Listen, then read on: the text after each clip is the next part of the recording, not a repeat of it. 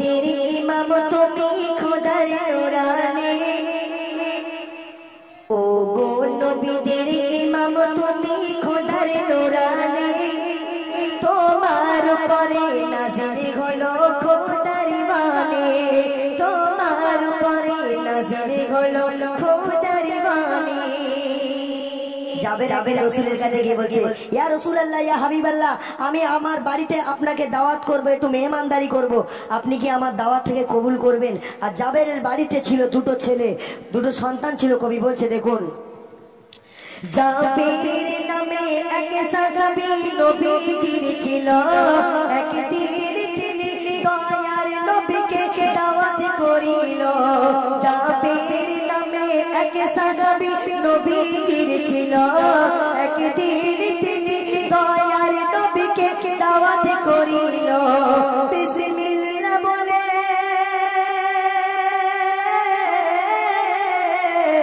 বিসমিল্লাহ বলে ছাগল জবাই করিল যখনই ছুটে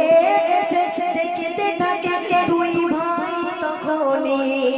দেখবে আমরা যখন কুরবানির সময় গরু জবাই করি কুরবানির সময় যখন গরু জবাই করি ছোট ছোট বাচ্চারা দাঁড়িয়ে দাঁড়িয়ে ওই গরু জবাই দেখে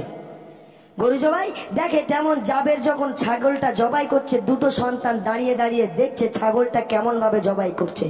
আর আব্বাজান ছাগল জবাই করছে সন্তান দুটো দাঁড়িয়ে দাঁড়িয়ে দেখছে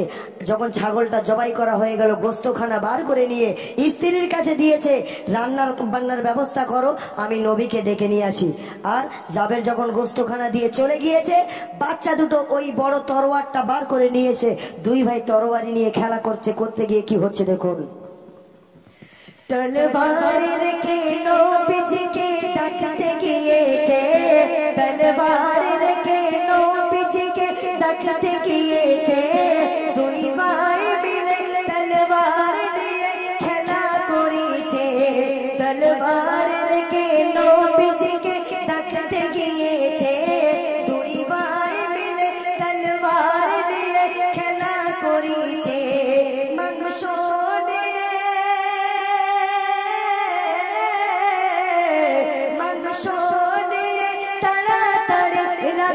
জননী মাংস নিয়ে তাড়াতাড়ি রাঁধছে জননী আসবেন যিনি ঘরেতে মোর আমিনার মনে আসবেন যিনি ঘরেতে মোর আমিনার মনে জাবেরের বিবি খুব তাড়াতাড়ি করে ভালো করে রান্না করছে ঘরে আসবে কে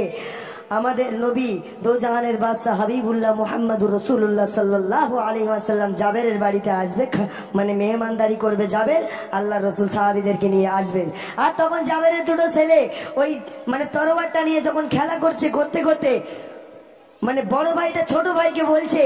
যে খুব মজার ঘটনা খুব মন দিয়ে শুনবেন যে বড় ভাইটা ছোট ভাইকে বলছে ছোট ভাই আব্বাজান কেমন করে ছাগল জবাই করেছে তুমি দেখেছো বলে হ্যাঁ দেখেছি বলে আজকে আমরা দুই ভাই ছাগল জবাই খেলবো বলে কেমন ভাবে বলে আব্বাজান যেমন ভাবে ছাগলটাকে শুইয়েছে তুমি তেমন ভাবে শুয়ে পড়ো আমি দেখাচ্ছি কেমন ভাবে ছাগল জবাই করেছিল আব্বা এই খেলা খেলছে দেখুন ছোট ভাই তার ছাগল হয়ে শুয়ে পড়িল ছোট ভাই তার ছাগল হয়ে শুয়ে পড়িল বড় বড় ভাই তলোয়ার নিয়ে জবাই করিল ছোট ভাই ওই ছাগল হয়ে শুয়ে পড়িল বড় ভাই ওই তলোয়ার নিয়ে জবাই করিল রক্তে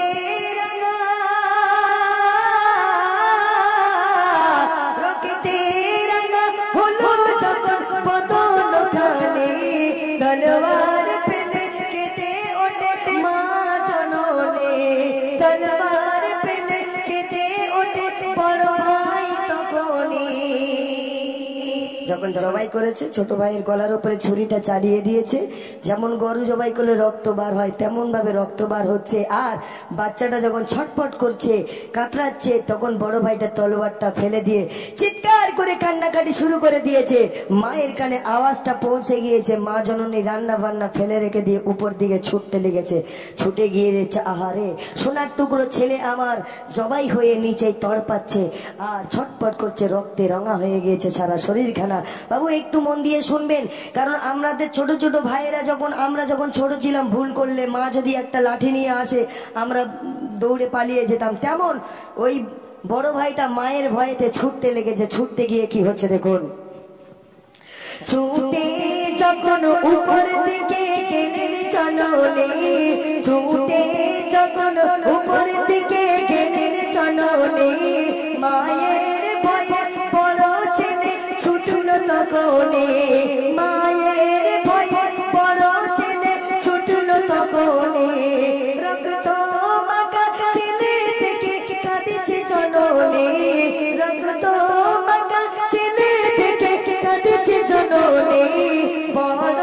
ছেলে উপর থেকে পড়ে মরল তখনে, বড় ছেলে উপর থেকে পড়ে মরল তখনে। বড় ছেলেটা ছুটতে গিয়ে সেটাও উপর থেকে পড়ে সেটাও মারা গিয়েছে। তাহলে মায়ের কলিজার টুকরা দুটো সন্তান ছিল, মায়ের কোলটা খালি হয়ে গিয়েছে। আর এদিকে আল্লাহর রসুল আসছে সাহাবীদেরকে নিয়ে জাবেরের বাড়ি খানা খেতে। আর মানে বিছখানে জিবরিল আমিন এসে বলছে, ইয়া রাসূলুল্লাহ, ইয়া হাবিবাল্লাহ, হুজুর আল্লাহ পাক হুকুম করেছে আপনি যে বাড়িতে খানা খেতে যাচ্ছেন ওই বাড়িতে দুটো বাচ্চা আছে, ওই বাচ্চা দুটোকে সঙ্গে নিয়ে তবে খানা খেতে বলেছে। আর এদিকে বাচ্চা দুটো কি হয়েছে, বাচ্চা দুটোই মারা গিয়েছে। আর ওদিকে জিবরিল আমিন বলছে বাচ্চা দুটোকে সঙ্গে করে নিয়ে খানা খেতে বলছে। আল্লাহ বলেছে, কবি বলছে দেখুন, আল্লাহর নবী এসেছে আর কিছু সাগাবে, আল্লাহর নবী এসেছে আর কিছু সাগাবে, এক সঙ্গে বসে খাবে খানা, এক সঙ্গে বসে খাবে খানা, দয়ার নবী ও এসে ও এসে বলে ও গো মেঘে ভুবে সুবগানে, জাবেরে তুই ছেলেকে সঙ্গে নিয়ে খাও আদেশ রব্বানি, জাবেরে তুই ছেলেকে সঙ্গে নিয়ে খাও আদেশ রব্বানি। তখন জাবেরকে আল্লাহ রাসূল বলছে, জাবের তোমার বাচ্চা দুটোকে তোমার বাড়িতে পৌঁছে গেলাম, এবারে তোমার বাচ্চা দুটোকে ডাকো, একসঙ্গে বসে খানা খাবো। জাবের বলছে বাচ্চাগুলো ঘুমিয়ে গেছে, হুজুর আপনি খেয়ে নেন, ওরা ঘুমিয়ে গেছে থাক। তখন আল্লাহ রসুল বলছে আল্লাহ পাক বলেছে তোমার বাচ্চা দুটোকে সঙ্গে করে নিয়ে খানা খেতে। তখন জাবের ঝরঝর করে কাঁদছে আর বলছে, ইয়া রাসূলুল্লাহ, ইয়া হাবিবাল্লাহ, হুজুর আমার দুই কলিজার টুকরা, আমার দুই নয়নের মণি, তারা আর দুনিয়ার জমিনে বেঁচে নেই, তারা আর কোনোদিন আমাকে আব্বা বলে ডাকবে না, তারা দুনিয়া ছেড়ে বিদায় নিয়েছে। ইয়া রাসূলুল্লাহ, ইয়া হাবিবাল্লাহ, একটা ছেলে জবাই হয়ে গিয়েছে আর একটা ছেলে উপর থেকে পড়ে সেটাও মারা গিয়েছে। ইয়া রাসূলুল্লাহ, আমার কলিজাখানা খালি হয়ে গেছে, ইয়া রাসূলুল্লাহ আর কোনোদিন তারা খানা খাবে না। তখন আল্লাহ রসুল সব ঘটনা শোনার পরে ঝরঝর করে কাঁদছে আর বলছে, যাবে তোমার সেই বাচ্চা দুটো কোথায় রাখা আছে, তোমার বাচ্চা দুটো কোথায় রাখা আছে? তখন আল্লাহ রসুলকে নিয়ে বাচ্চা দুটো যেখানে শুইয়ে রেখেছিল সেখানে নিয়ে যাচ্ছে। শেষ কথাই বলছে দেখুন, আল্লাহর নবী সবই শুনে অবাক হয়ে যায়, আল্লাহর নবী সবই শুনে অবাক হয়ে যায়, বিসমিল্লাহ বলে হাতে ধরে তাদের তুলে বাচ্চাদের কাছে গিয়ে আল্লাহর নবী বলছে, বাচ্চারা তোমরা উঠে পড়ো, আমি তোমাদের নবী এসেছি, চলো একসঙ্গে বসে খানা খাবো। বিসমিল্লাহ বলে যখন বাচ্চা দুটোর হাত ধরে টান দিল, সঙ্গে সঙ্গে বাচ্চা দুটো আল্লাহর নবীর সঙ্গে রক্তমাখা অবস্থায় উঠে খানা খেতে শুরু তৈয়ারি হয়ে গেল। কবি বলছে দেখুন, আল্লাহর নবী সবই শুনে অবাক হয়ে যায়, বিসমিল্লাহ বলে হাতে ধরে তাদের তুলে নেয়, বিসমিল্লাহ বলে হাতে ধরে তাদের তুলে নেয়। দুটি ছেলে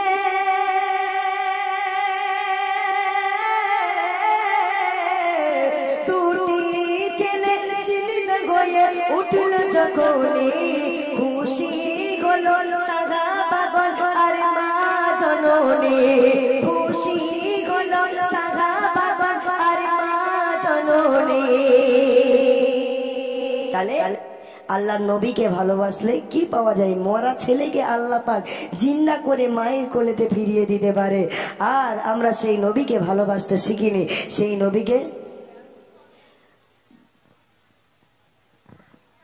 নবীকে আমরা ভালোবাসতে শিখিনি। আসুন একটি গজল রিকোয়েস্ট